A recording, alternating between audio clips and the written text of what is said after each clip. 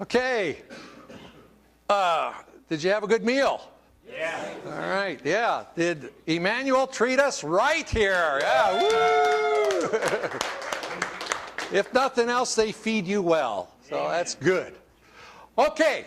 We're going to get into some more detail now on what these groups exactly look like. I've got this summation chart for you guys that you'll find in your material. And basically, I'm going to kind of walk through this for you so that you can understand how these different things work together. Now remember, we talked about the largest group being celebration and that there is a number attached with it, 70 plus. The more the merrier at this stage. For the congregation, it's 13 to 70. For the cell, it's 3 to 12. And for the core, it's 2 to 4. What the celebration is trying to do, and its emphasis, because it does this better than any of the other groups, is inspiration. Your job when you step to the pulpit and when you design a worship program is not to change habit patterns in people's lives. Because it's not a good environment to do that. You're expecting way too much. If you think you can get up with one sermon and have people read their Bible on a daily basis, you're crazy. Oh yeah, well, I'm crazy like Jesus. No, you're not. You're just crazy, you know, because you're actually asking for something in a method and a mode that doesn't have a high percentage of getting there. 5%? Probably. You'll get about, yeah, I've seen it work. Well, there's that 5%. There's 5% that you can preach that type of sermon and boom, they'll walk out and they'll be different. But just because I make a decision to be different in a worship service doesn't necessarily mean I'm going to be different. In fact, the odds are greatly set against me, as we said before, because of just the way we're built. But if I try to inspire, to have them walk out of the service saying, I want to be different. I made a decision to be different. Boom, you got it. But that's all you can do there. However, if it ends there, your odds aren't good for change. So the result is worship, hearing, knowing, seeing, and experience the presence of God through the drama of corporate worship and the proclamation of God's word. Isn't that what you're trying to accomplish up there? I mean, that's why it has to have a good flow, and that's why it has to seem seamless, and that's why it has to be directed, and that's why you talk to the music leader, worship leader, about your sermon title so that it connects, and that she or he is trying to bring them up to a point so their souls and spirits are open to hear the Word of God get planted in there, and you're trying to have a decision afterwards, etc. like that. All that to get them to be inspired to do something. So the aim and the response is a decision to do better. And the activities that you can use in that would be worship services, area rallies, meetings, singspirations, conventions. All those things can do that. And they're great environments for them. Like we said with Promise Keepers and others. The more the merrier it gets with this size group. Next is the congregation size group. In this group, the size is 13 to 70. Here now, your goal is information. You're going to give them a different way of doing it. They've made a decision to do better. Now you're trying to get them to understand how to go about that. So your result here is an understanding, wrestling with concepts and beliefs through lecture, study, and discussion, a changing of perspectives and worldviews. And now you hope to get an understanding of how to do better. All right? Here, I decide to do better. Here, I get an understanding about how to do better. It might be like I decide that I want to be a better husband or wife because of a sermon that I've heard about family relationships. Somebody was preaching on Ephesians 4 or 5, all right? And so I walk out with a commitment to be a better husband or wife, but I don't know how to do that yet. I just have an inspiration to do it, but I don't know how to yet. So you have a class that teaches them husband-wife relationships. They walk out of the class now knowing what they should do. They've got a step 1, step 2, a process that they can apply. Now, are they going to do that? Not necessarily. Just having an understanding of what to do doesn't mean you're going to do it, like we gave the illustration of the prisons and the educational system. Now, you'll get about what? Well, you'll get a higher success rate, about 15 to 20%. Why? Because enough people are built with the internal motivation and disciplines that they can take something like that and say, okay, honey, we're going to do this. but about 80% of the population just doesn't have those internal mechanisms to pull it off. So they're not going to be as successful. You'll see limited success if you only offer these first two, but that's it. You know, and that's where your leaders come from, isn't it? 20% of your congregation gets it, and they're the leaders, instead of 80% of the congregation getting it, and the whole church is filled with leaders, type of thing. Okay, so the environment that you look for, like we said here beforehand, I'll use the same color, the message now, or the dynamic that you're looking for now, is not this in a classroom. You're hoping that this guy still gets something from God, right? And he's going to communicate it to the class, but now there's a different type of interaction going on. This happens.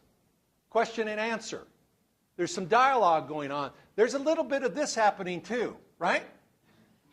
In between one another and discussions and things like that. And this becomes the best environment to share a lot of information in a very short period of time. I wonder why the room is set up this way. So again, funnel a whole lot of information into you, and we've been treating this as a mid-sized group where questions and answers are appropriate. Now, we get into a worship service of over 70 people or so, and to have somebody stand up and say, "Excuse me, Pastor, point 2, subpoint B, Roman numeral 3, whatever, you know, I don't understand what you were saying there. Could you explain it to me?" Would be totally inappropriate, right? And you're thinking, happens every Sunday in my church, you know. Yeah. But in this environment, it is appropriate. In fact, it's to be expected. In fact, I look forward to that type of interchange, because what I'm trying to do is not just inspire you, I'm trying to change your viewpoint and way of viewing things and your understanding of an issue.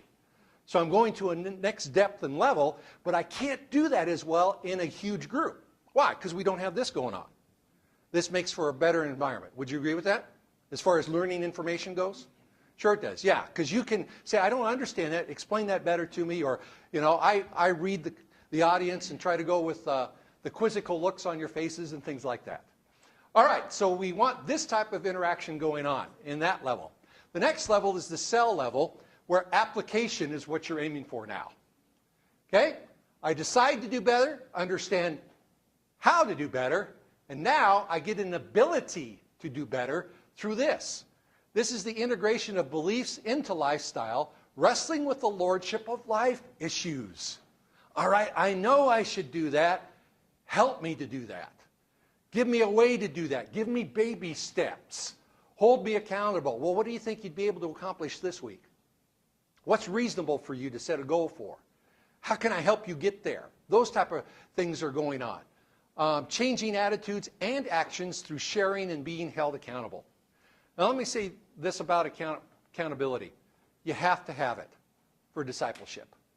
It's like a dirty word within the American church, accountability, but you can't grow without accountability. Why? Because we're lazy.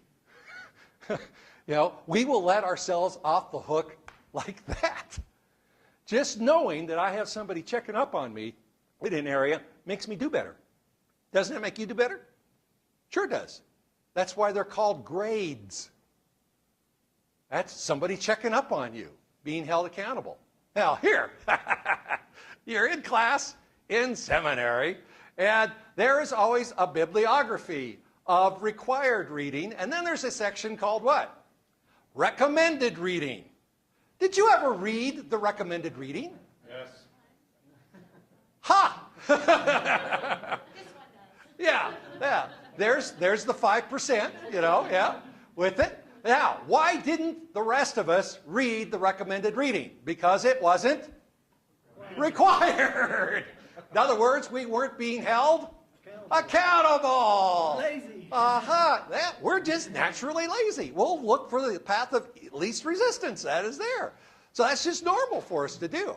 In other words, you get a higher rate of success just by holding people accountable. Now, like turning off our phones, which I haven't done either. So accountability is necessary within this.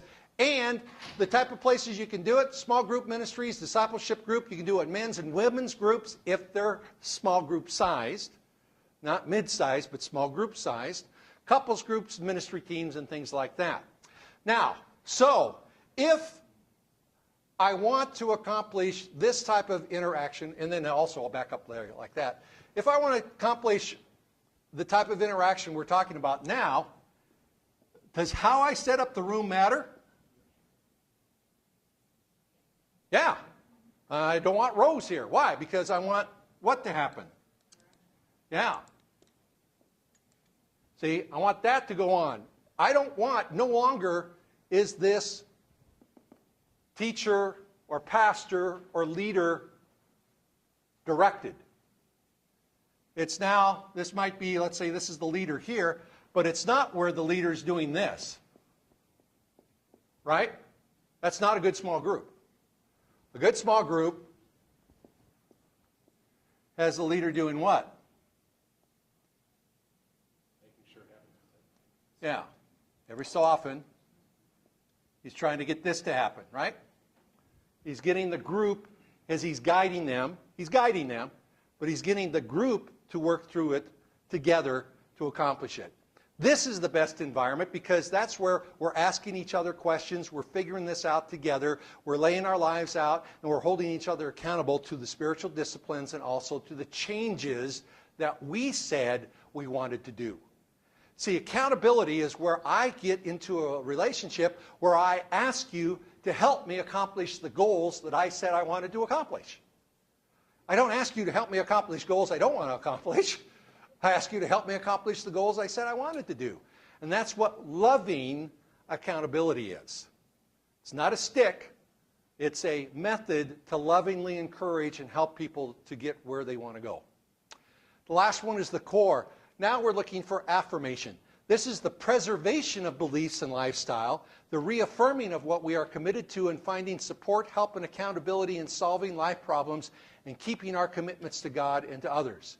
Now you're looking for a consistency in doing better and better within your life. This would be accountability groups, mentoring groups, peer groups, and prayer groups possibly, with that being done out in that way. The reason why this is a smaller group is because in the mentoring group, the goal here is it's almost peer-to-peer to a certain extent, although the mentoring aspect can be above and below type of mentoring. But we're assuming at this point that they already have all these basics and that you're adding on to them and holding them accountable to a higher level. Not that you're bringing them up to that level. They've gotten to that level already before they get into this type of smaller group. So this would be leadership, this would be the leaders of your leaders and holding them accountable in their discipleship and in their training, and they're continuing on to live out the Christian lifestyle. Yes? I have a question. With the accountability, can you give me an example, for example? Because when I think of accountability, there has to be something. I know you said it's not a stick, but there has to be, at least in my opinion, consequences. You're saying you're going to be accountable for something. How is that? The way it's done is that the group decides together on what the rules of the group are.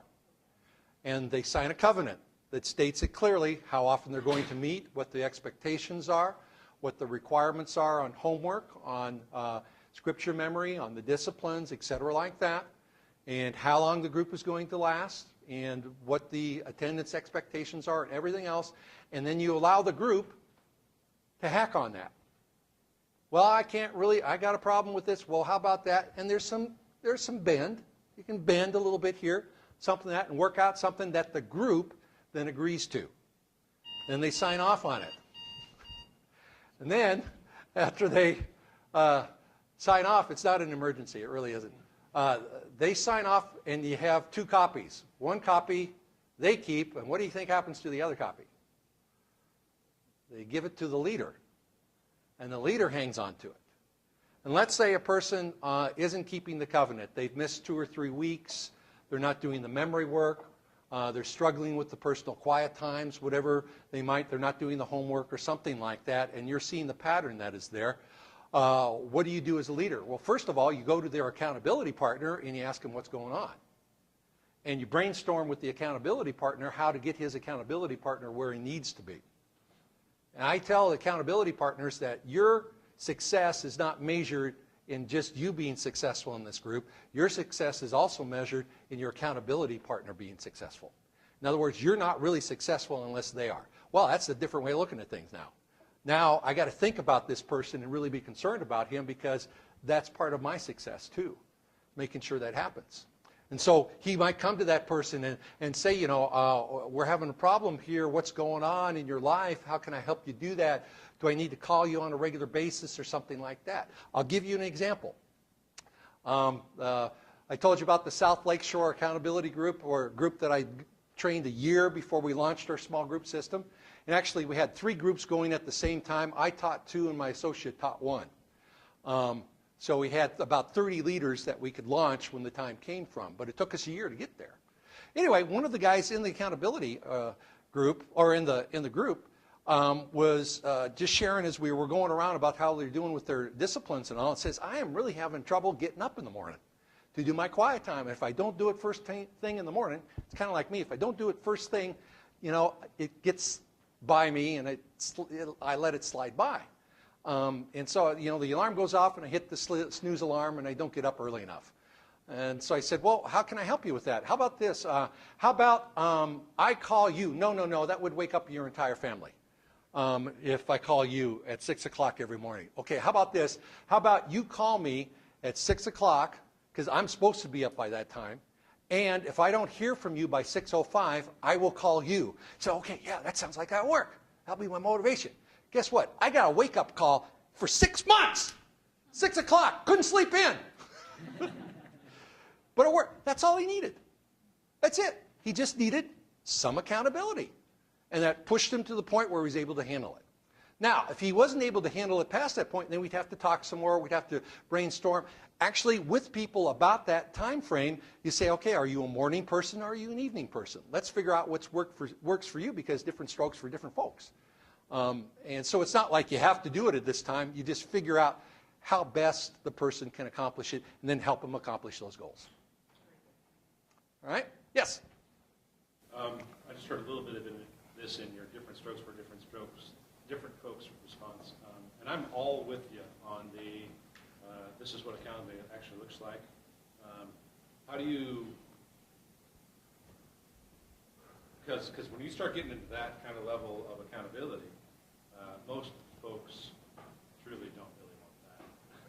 And if they're at this place in that level, then they're like, bring it on, let's do it. But so many folks have not had that, don't do it. It's not a part of their Christian life unless they're new. If they're new, they're like, oh, this is awesome, let me do it. How do you respond to those who push back against that, aren't used to it, and accuse you of being a legalistic jerk? Do you have a response to those people? I was thinking of a smart aleck answer for the jerk part, but I couldn't come up with anything. So at least nothing that's tapeable. No. Well, Scott, that is very common. Sure. And part of the thing that you're trying to accomplish in a phase 1 group is that you're trying to accomplish to give them baby steps to get to the point where they're willing to make that type of commitment. And you don't let them go into the group until they're the next phase group until they're willing to make that type of commitment. So you do some baby stepping. So really is for core. No. I'll show you. There's different. We'll get to that. I'm going to break down this into phased small groups. So we're not there yet. Okay, this is not a core versus cell type of thing. Accountability happens basically from this way down now. It can't really happen up here because it's too large of a group to hold accountable. Because of intimacy issues as well, like you said before. Yeah. You can't really... Yeah. Plus, if I have 50 people sitting there and we all say, yeah, we're going to do this, I can't really check up on 50 people. It has to be down in a smaller group. Plus, it's a lot easier for them to fade in the woodwork with the other 50 and get away with it, too, or not do it. Yeah. Would you say that kind of accountability for people within most churches is basically non-existent unless disciple-making begins to happen? Yeah, my experience, I don't know about you guys, but my experience, unless it's a disciple-making group and designated itself as that, The only accountability is show up on a regular basis and maybe read a chapter in a book. About it. And then that's even optional at that time. And what you have to convince people of, just like an athlete, the coach helps you become what you want to become. Coach doesn't make you become something you don't want to become. You have to want this. If you don't want this, I'm not going to make you to do anything you don't want to do. I'm going to help you do what you said you wanted to do. Now, the reason why you don't want to do this, we probably need to talk about some of that stuff. And also, I need to convince you that there is no other way to get from point A to point B than through the disciplines. Number one, you cannot achieve spiritual maturity without the disciplines. There is no shortcut here. It does not happen.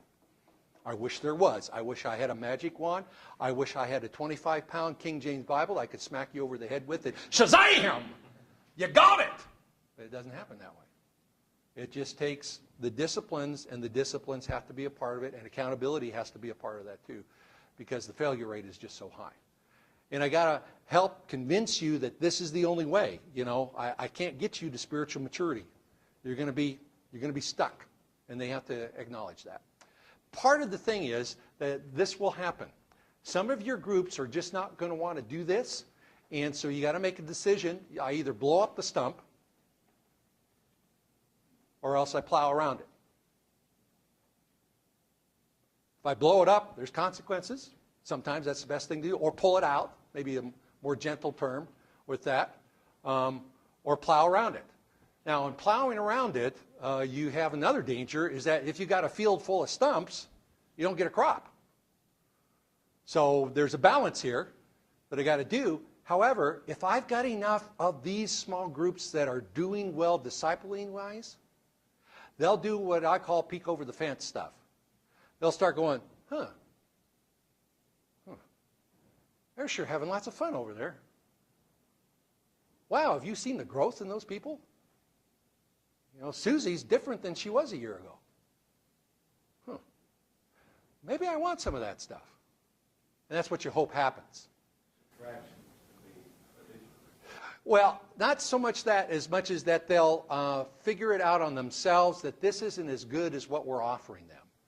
And that the group will kind of have some obsolescence and either fall apart by itself, or, you're directing people away from them like that and everything. So that's the more gentle way to do it sometimes. But part of the challenge is, I got to convince these people, number one, they aren't disciples. And I got to convince them that the church needs disciples and the world needs disciples. And I got to convince them that that's really what a Christian is. That there isn't a Christian section and a disciple section. According to the Scripture, we're either disciples or we're not. We in the American church have made it a two-tiered system, but it's really not a two-tiered system. You're either a disciple or you're not. You're either a good one or you're not. You're not a Christian or a disciple. You're either a disciple or you're not. No. It's amazing to me how vehemently people will protect their own system that doesn't demand them to go into any of what you're talking about, this bottom two. I mean, they'll protect that. Yeah.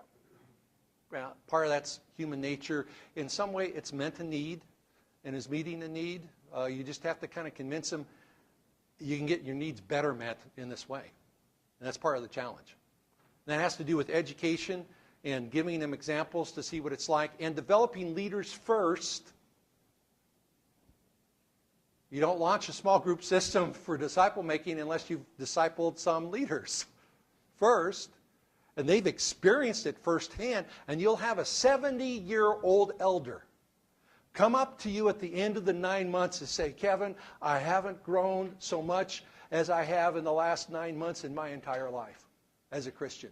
I've grown more in the last 9 months than I have in the last, and he had come to Christ later on in life in the last 40 years. And part of me went, yes, that's what it's all about. And the other part of me went, how sad. How sad that he could be in the church for 40 years. And this was a good man. He's one of the best elders that I had. But a simple phase 2 disciple-making, intentional, sequential, accountable, relational process made him grow more than he had in 40 years. Wow. But that helped convince the rest of the congregation that an elder could get up, and they knew he was a good guy, and he knew he was a mature man, And it's kind of like, we're not coming up to people and saying, you're sinning because you're doing this. We're coming up to them and saying, let me explain to you a more excellent way. Not that the other way was wrong. You knew the baptism of John, but let me now teach you about the baptism of Christ and the Holy Spirit. Let me add on to the good stuff that you have. Let me put more into it so that you experience a more excellent way.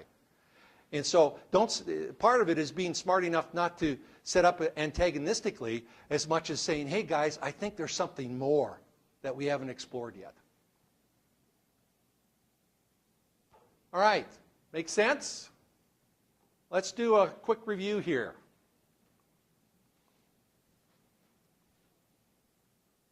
+70. You're trying for inspiration in your celebration because it's unity, and it does that better than any of the others. 17, I wouldn't say 17, but 12 to 13 or 14 to 70. Congregation, fellowship, information. 7 to 12, cells, intimacy, application, in the core down below it for the last one, for the continuation. All right?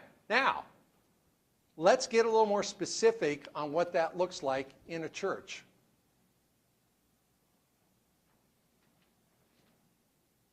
But before we do that, there's 4 issues I want to clarify here. First of all, complexity is necessary in larger churches. There is nothing in life in which that is not true. There is no organism in life in which complexity does not increase as size increases. The most simple one-cell animals are the smallest. And the larger a creature gets, the more complex. I mean, you are a very complex system that has a lot of stuff going on at any moment for you to function as a human being and everything. And there's not just one thing about you that explains all of you. It's a whole bunch of stuff. You're a complex organism working together. Same with churches. The larger they get, the more complexity there is, and that's just the nature of the game. That's not a bad thing. It's just the way it is. And so the larger a church gets, the more organized it has to get, and the more structured it has to get to accomplish the same goals for its health. It can be big and unhealthy, but it's better to be big, strong, and healthy, is what we're aiming for here. Next, the function of each size group is different. And that's very important. For a Sunday school class, if it is supposed to be a congregation, we don't want it to act like a cell. We don't want it to act like a small group. So if your Sunday school class looks like this, even though it's on Sunday, what is it? It's a small group. And what that does is that creates closure. Small groups create closure naturally. In fact, closure is not a bad thing, and we'll get into that a little bit different. But what we're saying here is that we don't want to set up Sunday school like a small group because we want it to be always open. We want new people coming in all the time. We want it to have enough dynamic that new people can be welcomed in at any moment in time. And that gets back to our friend who's not here right now when he's talking about the youth group. Is that the mid-sized group is the one that's open all the time. So the youth group function that they would have like midweek or whatever it would be, the youth group, where they'd have the music and they'd have some teaching. It'd be a mid-sized group type of function. Functions like a mid-sized group where he has all levels of spiritual maturity in one room, and he's teaching them just like the pastor would teach in a sermon, one room, everybody all at once. And so the lesson is going to hit no matter where you are in the spiritual maturity level. It's going to mean something to you. Can you do that? Sure you can. You do it all the time, every Sunday morning. And then in the small groups, you create closure if they're not evangelistic, and they're focusing on intimacy and spiritual maturity. So what happens if you have a classroom set up like that and somebody walks by the door, and I've seen this happen as a consultant, they walk by the door and they poke their head in and they're a visitor and they see the circle of chairs, they'll back out. Why? Because even though if you would ask that group, is this group open? Oh yeah, we're happy to have new people join anytime they want. In reality, they're closed because they're communicating closure by their very positions that are there. And that automatically creates closure anyway, creates intimacy, which is a good thing in a small group, bad thing in a mid-sized group. So closure is something that you want to happen in small groups, but not in mid-sized groups. The other way, we've already talked about this a little bit, is that a celebration cannot act like a congregation. And that if churches of 70, 100 adults, or 70 adults, 30 children, which is 50% of the American church, or that size or less, doesn't watch it, when it gets up to that size, it will continue to act like a mid-sized group and create closure by the amount of intimacy that is found there and the fellowship level that is there. And you'll see it happen in this way. You stop after church and people break up to go into the fellowship hall to have fellowship, and people will do what? They'll clump in their relational orbs, won't they? They'll clump up. And what are they doing? They're keeping those relationships alive, is what they're doing.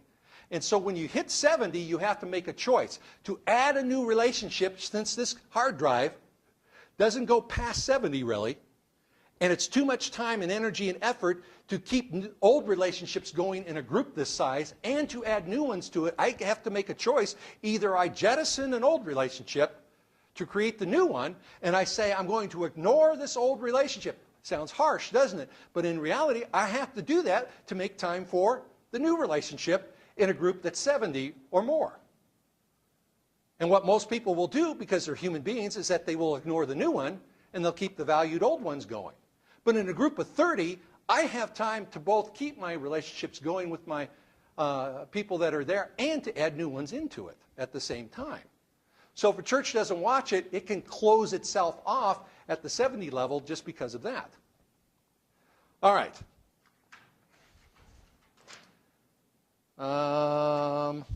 Third, a cell is not an evangelistic Bible study.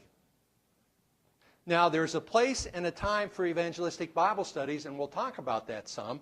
But because of the nature of small groups, they automatically close off after 6 to 8 weeks. And so, an evangelistic Bible study probably should be about, take a wild stab, guess at how long they should last. 6 to 8 weeks, yeah. You're still bucking for that A, aren't you? Yeah, all right. 6 to 8 weeks. Because what you do is you have a rolling covenant that keeps going, and you get new material every 6 to 8 weeks, which automatically opens the group up for new people. That's a good thing for an evangelistic Bible study. It's a bad thing for a discipling Bible study. And the reason why is this. You either can get, and this is the part that most people don't understand. You can either win a lot of people to the Lord through an evangelistic, having all your groups be an evangelistic, or disciple them. One of the two. You can't do both.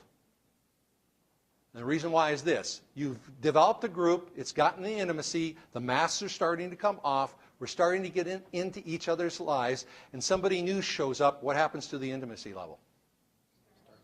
Yeah, whoomp. You know, I've got to figure out first whether or not you've got the gift of gossip before I start sharing, right?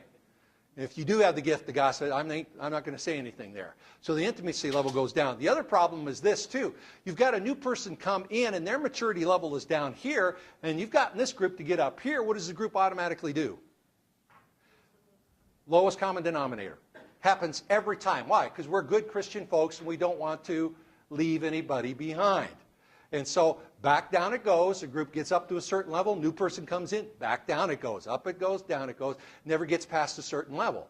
And that's why we say most of those churches that are doing this type of multiplying cell groups usually get most of their people stuck in that second level of discipleship development and don't get past that because the intimacy level never gets up to where it can get them past that point and stage. So what you want to do then is have an evangelistic Bible study that is evangelistic, period. After they get evangelized, Whoom, move them to the next one, graduate them to the next level. And after they matured through that level, the group breaks up, whoom, move them into the next level. And what this does by breaking the group up is it forces them to make a decision. Am I going to stay at this level? I can't stay in this group because the dirty pastor has broken us all up. Evil genius that he is. And we can no longer stay at the same level of maturity. We're going to be forced to either, choose to stay there or to move on to the next level, which is what you want to happen. So it's kind of kicking the birds out of the nest to a certain extent, but you're doing it in a nice way. You have planned obsolescence. So whatever the length the group is supposed to be, that's how long it sticks around, and then it naturally breaks up. The leader usually goes back, picks up a new group, and walks through, and hopefully you're moving the people off into different groups. That make sense? Okay? The other groups are going to be closed, and you want them to be closed. Why? Because you want the discipleship to happen within them. So cell closure is not necessarily bad. It's a good thing. Asset, not a liability. That's what I want to say. Because you can't have both intimacy and outreach in the same place at the same time. I have a good illustration of that, but sure, I'll share it with you. Say you and your wife were sitting in the mall talking about some family stuff and everything, and a stranger comes over and sits down next to you. What happens to the conversation? Yeah, stops right there, doesn't it? Right? Let's say back in the old days, back when some of us had hair, and we're dating, and we're on a double date, and you're on a double date, your roommate is up front with his date, and you're in the back seat with your date, and up in the Seattle area, we can actually go to submarine races because we have Bangor Nuclear Sub Base there. You can't really because they're underwater, but anyway, we can pretend because there are subs around there. You go out someplace where you're hugging and kissing and stuff like that and everything. And so you've gone parking, and the guy, the couple in the front seat, your roommate and his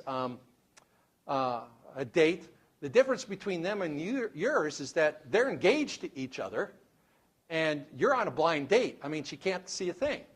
No, this is the first time that you've gone out on this date with this person and all. You've never dated her before. And the couple up front starts acting like they're engaged. Huggy bear, kissy poo stuff going up front. How does that make you feel in the back seat?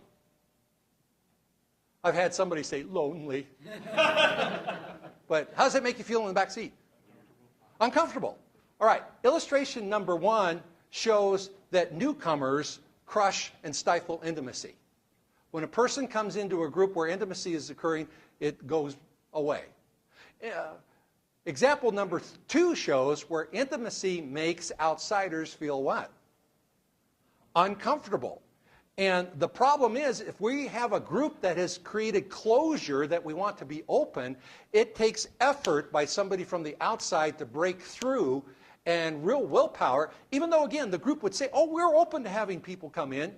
But if they haven't had a person come in for 9 months, they probably closed, no matter what size the group is.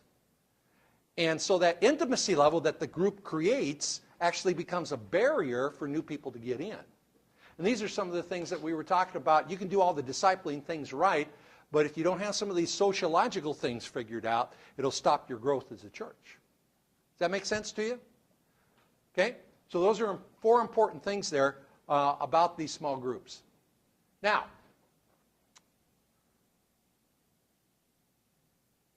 let's look at specific ways to structure ministries within the church.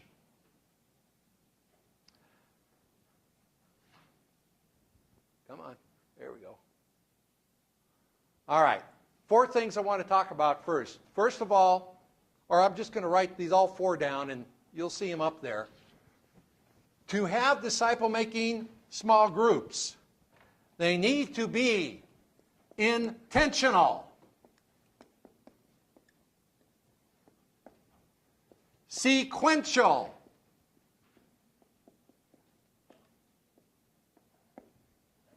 relational.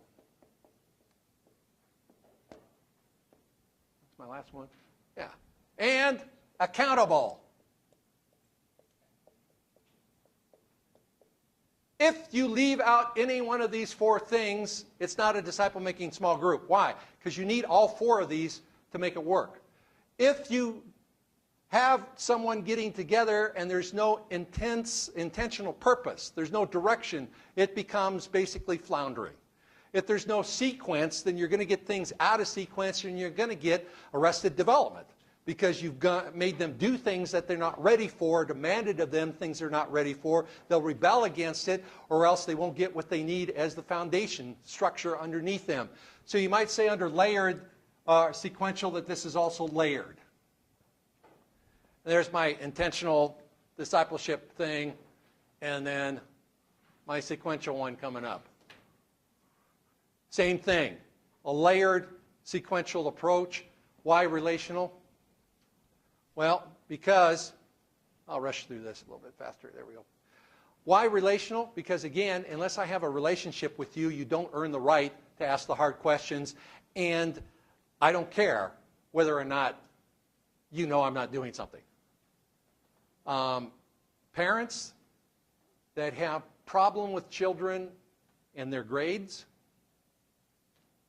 it's usually because the kids really don't what? Care. They don't care what the teacher thinks, and they don't care what the parents think, so it doesn't matter what you do to them. The reason why kids work at their grades is because they do care what the teacher thinks, and they do care what the parent thinks. That's the only reason they really do it. They care about that. There's a relational reason for them achieving those things and being held accountable. Same thing with this. Unless we have relationships, we won't earn the right to do it, and we won't open up as much as we need to. And then lastly, it must be accountable. There has to have that accountability. Again, I wish there was a way we could do it without accountability, but there isn't a way to do it for most of us. We need accountability. Right? Does that make sense for all of you? Okay? So those 4 elements always have to be in and now that's not necessarily an evangelistic Bible study. Evangelistic Bible study trying for one thing. It's intentional. It's not so sequential. You know, you're just trying to. That's why you could have an evangelistic Bible study that looks at the claims of Jesus. Then you could have one on who is God. Then you can. I mean, that's not sequential building blocks. You can come to those conclusions independent of each other, but there's definitely intentionality there. And you don't have to have as much relational there because you're trying to change the way they perceive things, they understand things, and make a commitment. Does the relationship help? Sure it does. But it's not near as important as the other phases of discipleship development. So you have to have all 4 of those. Okay? Questions? All right. Let's get past this one. And let us look at what a church would look like. I believe you have, you got another one that looks a little bit different than this, but this is kind of the basic concept, and I'm going to go through it. All right, for review, what size group is that? Celebration. What are you aiming for? Inspiration. Inspiration up at that one. Okay, does it matter how big it is? 70 plus. Yep. And got to watch the dynamics if you're not up to 70. Oh, by the way, how do you get a church to break through the 70 barrier? You start acting like you're bigger before you are. You reduce intimacy in the worship service, you formalize it a little bit more, and you act like you're bigger so you can break through. That's free. I won't charge you for that one. Next one. What's the big hint? What's that group size? Congregation. And what's the size? 17 to 70. It's easier to remember. All right. What's it trying to do? What need? Oh, what need does this meet? The unity. What need does this meet? Fellowship. What in a church would these be? Sunday school classes. They're brilliant for that. But you probably need to treat them differently than you do. Most Sunday school classes are lectures or just Bible study of some sort. They don't really have a intentional focus as a group trying to accomplish a purpose. And that's outreach and fellowship and Christian education. Those are the three purposes that a mid-sized group have: outreach, fellowship, and Christian education. And it can do it probably better than any other. Now, part of the thing that I'm seeing right now is that for new churches that are being planted, guess what they lack? Sunday school. Why? It's expensive. What do you mean? Well, if you're planting a new church and you want to get a building, it costs big bucks to add an educational wing for the adults. You'll do it for the kids because you have to. But you will really think hard about adding a whole nother wing for education, for adult education, when you think you don't need it.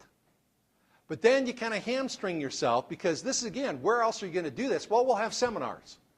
We'll do these weekend retreats. Well, okay. We'll quarterly have this special something or other. Well, okay. Yeah. Are you going to make people show up an extra night? Yeah. So anyway, you can do it that way. It just becomes a little bit more difficult. All right, next, cells. Now, you may notice that there are different size cells here, or they look a little bit different. There's two different cells here at the come and see level. Actually, there's three. I lied.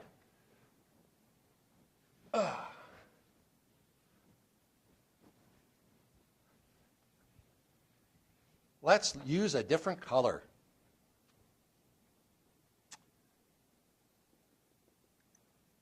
You have evangelistic cell groups that are always open. They last 6 to 8 weeks. Their goal, evangelism. You have connect groups, or somewhat closed, kind of quasi-closed. They start open, but they naturally close over the life of the group. These last 3 to 6 months. Okay? Maybe up to 9 months, depends on the basics of the faith that you're trying to teach here. This is more effective to non-Christians and winning them to the faith. This is more effective for unchurched Christians and Christians who need to be grounded in the basics or introduced to Bible study because they haven't been in one yet. Goes back to what Scott was mentioning there too. I don't allow somebody to go into a basic accountability group until they've been in a connect group, covenant group, this phase 1 group. And the reason why is that they don't know what Bible study is yet. They haven't experienced yet. And I call it spiritual whiplash. You're kind of getting them up too fast. And they kind of need to get their feet wet first before you have the commitment level of the next one that's up there. But then there's also something else that's up there we call a support group. And a support group can last, 6 to, 9 months to 1 or 2 years, depending on what it is. What is a support group? It's a group that deals with addictions, habits, lifestyles, and things that would trip a person up in their discipleship walk. This is what happens if someone has a drug addiction or alcoholism, or is the adult child of an alcoholic and has never dealt with those issues, or is an adult child of abuse of some sort and has never dealt with those issues. And by the way, your church is full of them. I can't remember the exact specifics on women that have had sexual advances towards them, touching and stuff like that, by a certain age, but it's a huge percentage. It's a huge percentage. And our churches are being filled more and more with these type of wounded people that have these huge gaping wounds in their lives. And unless that woundedness is healed, it doesn't matter what you do discipling-wise, that stuff will trip them up and keep tripping them up. So you need support groups to basically get people healthy enough and healed up enough so they can start on the disciple-making process. Because if you have this huge, issue in your past, you can see how it keeps raising its head, can't you? I've got some guys at my church that are really dealing with having been abused by their fathers. They have a lot of our guys at our church at Coquille just have horrible backgrounds as far as terrible father figures in their lives. Do you think that affects their relationship with God? Oh, big time. Do you think it affects their relationship with authority? Big time. Do you think it affects their relationship with strong, confident men? Big time. Do you think it affects their confidence and strength? Big time. Will they improve a little bit until they get this taken care of? And which means going back and healing and working out those issues? Probably you'll get up to a certain point and then they'll stop because that woundedness has to be fixed first. And so that's what support groups are, is that they deal with those type of issues. So Celebrate Recovery or Pain and Pretending and some other stuff like that that deals with those type of issues. Does that make sense on the support group? Okay, and do you see how they're all on this come and see level? They're at the entry point for people. All right, so what would be the pattern here? If I'm never been to a church before, my pathway probably would be this way, right? More than likely. If I'm an unchurched Christian out there, my pathway might be through here. If I'm a person that has addiction or, abuse issues in my background or something like that, I've got to come in here first. Got to have that dealt with. Then after I've done with this, where do I go? Over here. This is what a normal one looks like now. I don't mean it that way, but this is what a regular Bible study looks like, not a support group. This is different. It runs differently. The rules are different. You need to experience this now, and we'll get you grounded in some faith issues. And then they come out of that to the next one, which would be a basic accountability group. Now, this basic accountability group is at this is phase 1, phase 2. Now, by the way, there is within your stuff now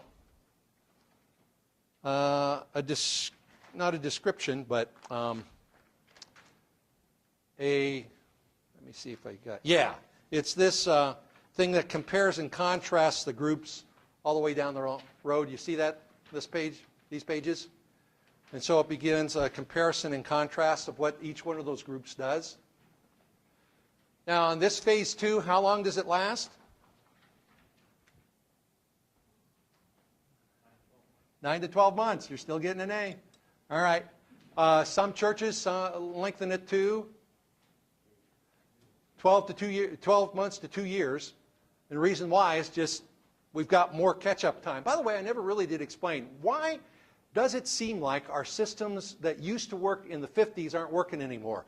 And my big thing about this, folks, is that culture has radically shifted from a culture that is Judeo-Christian at its heart and supports Judeo-Christian values.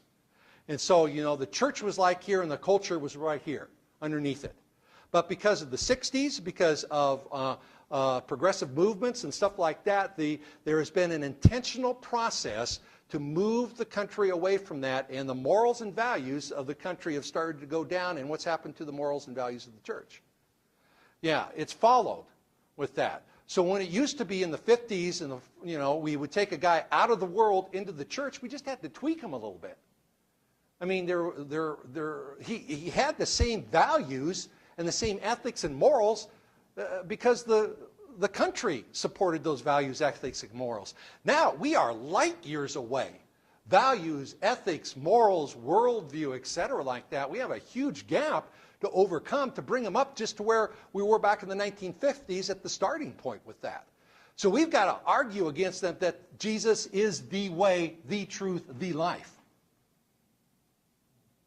The majority of our culture does not believe that, and guess what?